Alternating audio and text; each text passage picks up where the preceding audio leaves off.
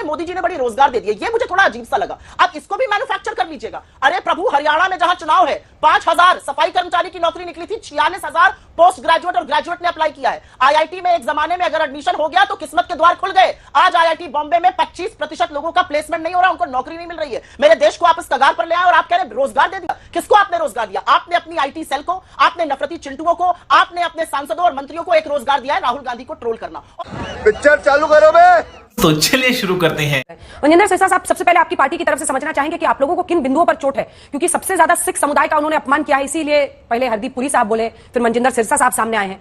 लेकिन सवाल यह है कि राहुल गांधी ने तो यह कहा है कि पहन पाएंगे या नहीं, चाहे वो टर्बन हो चाहे वो कड़ा हो, ये उन्होंने कहा है। ऐसा हो रहा है क्या? उन्होंने ऐसा कहा है? कौन कौन से बिंदुओं पर आप लोगों को आपत्ति है? अभी बदत है भाई, अभी बदत है जी। यही आपत्ति सबसे बड़ी है कि आप एक कम्युनिटी के खिलाफ, एक विशेष धर्म के खिलाफ ऐसी नफरत भरी बात बोले हैं कि भारत के अंदर किस चीज लड़ाई चल रही है। अब मैं तो दिल्ली में रहता हूं, देश में हर जगह जाता हूं, कल भी जम्मू में होगा, देश के हर कोने में घूमता हूं, मैंने उस लड़ाई को नहीं देखा जहां कहां वो लड़ाई चल रही है, जहां पे सिखों की पगड़ी उतर रही है और कहा जा रहा हो कि तुम पगड़ी नहीं पहन सकते, जहां उनके ककार उतरे और कहा तुम नहीं पहन सकते और उनको गुरुद्वारे में जाने से इनकार किया जा रहा हो। आप इस तरह की एक नफरत भरी किसी कम्युनिटी के खिलाफ एक ऐसी नैरेटिव पेश करते हैं कि हमारी पगड़ी को उतार सकता है, हमारी पगड़ी को हाथ डाल सकता है, हमें गुरुद्वारे को रोक सकता है, हमारे गुरुद्वारे को बंद करा सकता है। क्या बात कर रहे हैं? अंजना जी, मैं आपको 2 उदाहरण देना चाहता हूं आपकी जानकारी के लिए। देश के अंदर एक ही बार गुरुद्वारे बंद हुए थे। गुरुद्वारा काबुल साहब को इंदिरा गांधी ने ताले लगवाए थे और तब अकाली दल ने आकर दिल्ली में प्रदर्शन किया था। तकरीबन 15,000 सिख तिहाड़ जेल में बंद हुए थे और फिर दिल्ली से गुरुद्वारा मैनेजमेंट कमेटी का एक्ट बना, जिसके मुख्य सेवादार अध्यक्ष के रूप में मुझे भी सेवा करने का मौका मिला। अच्छा, ठीक है। मेरा कहना है कि जिस पार्टी ने हमेशा से ही सिखों के साथ इस तरह का व्यवहार किया हो, गले में टैर डालकर आग लगाएं, फिर उसको जस्टिफाई करें देश के प्रधानमंत्री मंच पर खड़े होकर और ये कहें कि बड़ा पेट गिरता है, ये जस्टिफिकेशन दें कि हाँ तुम्हारा मरना जायज है, और फिर हमारे कातलों को संरक्षण दें, उनको मंत्री बनाएं, मुख्यमंत्री बनाएं। और अंजना जी, आज भी जब सज्जन कुमार जेल में है 7 साल से, जगदीश टाइटल के खिलाफ चार्जशीट फाइल हो चुकी है, जिन लोगों ने हमारी पगड़ियों पर हाथ डाला, हमारे परिवारों पे हाथ डाला, जिंदा हमें जलाया, उनको तो आपने अपने घर में बिठा रखा है और फिर अमेरिका में जाके ये संदेश देते हैं कि भारत के अंदर लोग सिखों की पगड़ियां उतारी जा रही हैं। तो बताइए, ये नफरत भरी जो माहौल हमारे खिलाफ सिरजा जा रहा है, आपको नहीं लगता जब इतना बड़ा लीडर ऐसी को बात करता है तो आम जनता में ये संदेश जाता है कि हाँ हम इनकी पगड़ी को उतार सकते हैं, भारत में इनकी पगड़ी उतारी जा रही है, हम तो उतार सकते हैं। तो हमारा ये है कि आप ये गलत कहा है, ना जकरिया खान, ना औरंगजेब, ना अब्दाली, ना कांग्रेस और ना गोरे हमारी पगड़ी को ना उतार सकेंगे, ना उतार सकेंगे। कृपया ये अपनी गंदी राजनीति माफ करना नहीं करनी चाहिए आपको हमारे नाम के ऊपर, हमारे धर्म के नाम के ऊपर। मैं उनसे ये आग्रह करता हूँ राहुल गांधी जी से। ये बड़ी अच्छी बात कही आप। सुप्रिया जी, अब सिर्फ एक सांसद नहीं, नेता विपक्ष है राहुल गांधी, और वो भारत के एक बड़े नेता के तौर पर एक इंटरव्यू विदेश में दे रहे हैं। और इस इंटरव्यू में वो कहते हैं कि सवाल तो यह है कि भारत में सिख समुदाय के बीच इस बात की चिंता है कि उन्हें पगड़ी कड़ा पहनने की इजाजत दी जाएगी या नहीं, क्या वे गुरुद्वारे जा सकेंगे। ये चिंता सिर्फ सिखों की नहीं बल्कि सभी धर्मों के लिए है। क्या कहना चाह रहे हैं वो? किस धर्म के लोगों को अपने धार्मिक स्थल पर जाने से रोका जा रहा है इस देश में, या उनके धार्मिक आवरण पहनने से रोका जा रहा है? कौन से सिख हैं? मुझे नहीं लगता एक भी सिख सामने आएगा जो ये कहेगा कि मुझे पगड़ी या कड़ा पहनने में डर लगता है इस देश में। क्या कह रहे हैं राहुल जी? Good question. मैं आपको बताती हूं, करीब 3.25 मिनट वो बोले, क्योंकि उन पर इंटरवेंशन नहीं हुआ। मैं आशा करती हूं मुझ पर भी नहीं होगा। उसके बाद आप जितने सवाल मुझसे पूछना चाहिए जरूर पूछिएगा।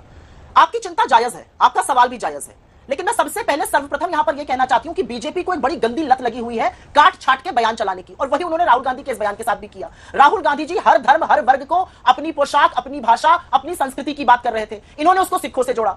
बहुत अच्छा किया। मैं आपसे पूछना चाहती हूं, आज इस देश को आईना दिखा रहे हैं राहुल गांधी, और साथ में बहुत सारे यहां पर बैठे हुए लोगों को भी दिखा रहे हैं।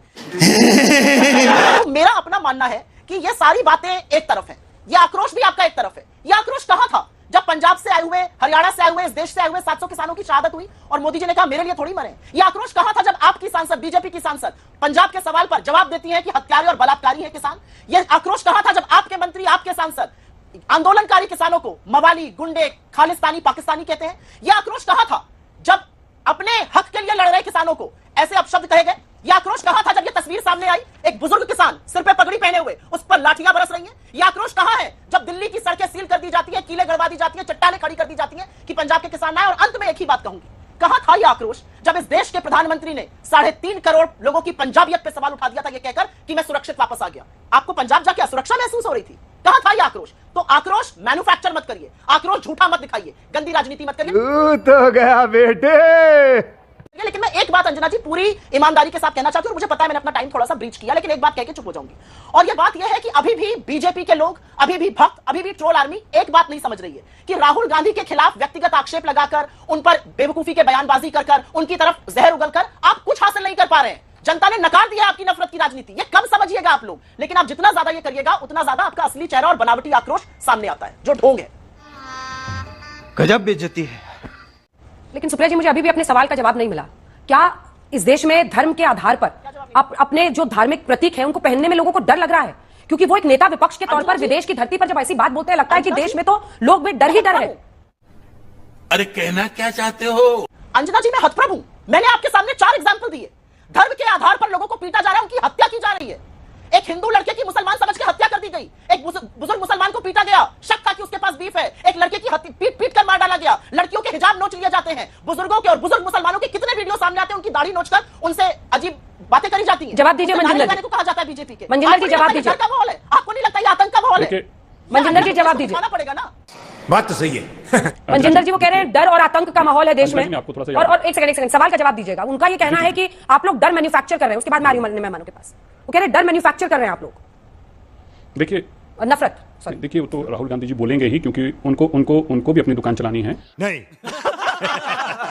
और मैं समझता हूं कि देश के प्रधानमंत्री जी को जितनी गाली निकाली जाती है उनको कोई फर्क नहीं है। इसलिए नहीं है कि उन्होंने लगता है कि मैंने इतने बेरोजगारों को रोजगार दिया कि राहुल गांधी को भी रोजगार मिल गया, मुझे गाली निकालने से उसको टीवी पे मौका मिलता तो कोई बुरी बात नहीं है। लेकिन जो उन्होंने बात कही मैं उसका जवाब देना चाहता हूं। इन्होंने कहा कि डर है, बिल्कुल है। अब देखिए हमारे सबसे पवित्र स्थान श्री दरबार साहब पे तोप टैंकों से हमला किया जाता है, तो राहुल गांधी जी ने जो सोचकर बोला, मुझे लगता है कि कहीं ना कहीं उनको अपने राज्य की सब बातें याद आती हैं। उनको याद आता है कि कैसे जो तिवारी तब राज्यसभा के एमपी थे कांग्रेस के, वो राज्यसभा के अंदर खड़े होकर कह रहे थे ज्ञानी जैल सिंह को ये आतंकी है, ज्ञानी जैल सिंह राष्ट्रपति को ये कहा जाता है ये आतंकी है, और फिर यह भी कहा जाता है पार्लियामेंट हाउस के अंदर कि ये जो राष्ट्रपति भवन है ये आतंकियों का गढ़ बन चुका है, क्योंकि ज्ञानी जैल सिंह वहां पर राष्ट्रपति थे। मैं आपको यह भी बताना चाहता हूं, जो संजय गांधी की धर्मपत्नी सोनिया गांधी जी को कहा गया था ये सिख की बेटी है, ये सांप की बेटी है, गद्दार की बेटी है, ये हमें अल्फाज दिए गए थे। और मैं आपको याद दिलाऊं, आपको सारी बातें ध्यान में याद भी होंगी। जी आपने गलती से गलत नाम ले लिया है, उसको करेक्शन कर दीजिए। संजय जी की पत्नी मेनका गांधी। माफ कर दी, मैं माफ गलती।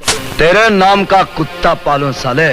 देखिए अखबारों के अंदर इश्तेहार दिए गए 1980 के दशक में, और टैक्सी ड्राइवर एक सिख दिखाया गया और उसको यह कहा गया, नीचे लिखा गया कि देखिए इसको देख के आपको डर लगता है। हमें इस तरह से विलिफाई किया जा रहा था, हमें इस तरह से सिखों को आतंकी बताया जा रहा था, और इस तरह से हमारी पगड़ियों को उतारा जाता था, और यहां तक कि आर्मी की वर्दी में बावर्दी जो सिख थे उनकी पगड़ियां उतारी गई, उनको जिंदा जलाया गया। अंजना जी हमें डर तो लगता था, लेकिन वो दशक अलग था जब हमें डर लगता था, जब देश के प्रधानमंत्री मंच पर खड़े होकर कहें कि ये इन लोगों का मरना जायज था क्योंकि बड़ा पेड़ गिरा है धरती हिलती है। जब ये प्रधानमंत्री खड़े होकर कहें तो हमें हमारा डरना जायज था, हमें डराया जाता था। लेकिन मैं ये जरूर कहना चाहता हूं, जो अब राहुल गांधी ने अमेरिका में पार्टी के ऊपर नहीं कहता, मैं जरूर समझता हूं कि ठीक है हमारे बहना सुप्रिया जी नहीं समझ पाई तो उनकी भावना है, मैं उनका सम्मान करता हूं, लेकिन मुझे लगता है कि ये बात को रियलाइज करना चाहिए कि गलत हुआ है। किसी कम्युनिटी को आइडेंटिफाई करके आप ये नहीं कह सकते, उसके खिलाफ इस तरह की नफरत नहीं बोल सकते। और अगर आपके मन में हमारे प्रति अच्छी भावना होती हम इसको एक्सेप्ट भी करते, पर एक्सेप्ट करते तब जब हमारे कातिल सज्जन कुमार जो जेल में बंद है, आज वो कांग्रेस के मेंबर हैं, और जगदीश टाइटल जिनके ऊपर चार्जशीट फाइल हो चुकी है और चार्जेस फ्रेम हो चुके कोर्ट ने कहा इनके खिलाफ सफिशिएंट एविडेंस है, वो आज भी मंत्री हैं और वो माफ कर आज भी पार्टी के अंदर है, और उनको कांग्रेस ने मंत्री बनाया, मुख्यमंत्री बनाया। हमारे कातिलों को तो कांग्रेस अवार्ड देती है, रिवॉर्ड देती है। तो बताएं ये बात जायज है हमारे प्रति क्या नहीं कि इनकी पगड़ियां उतर जाएंगी देश के अंदर?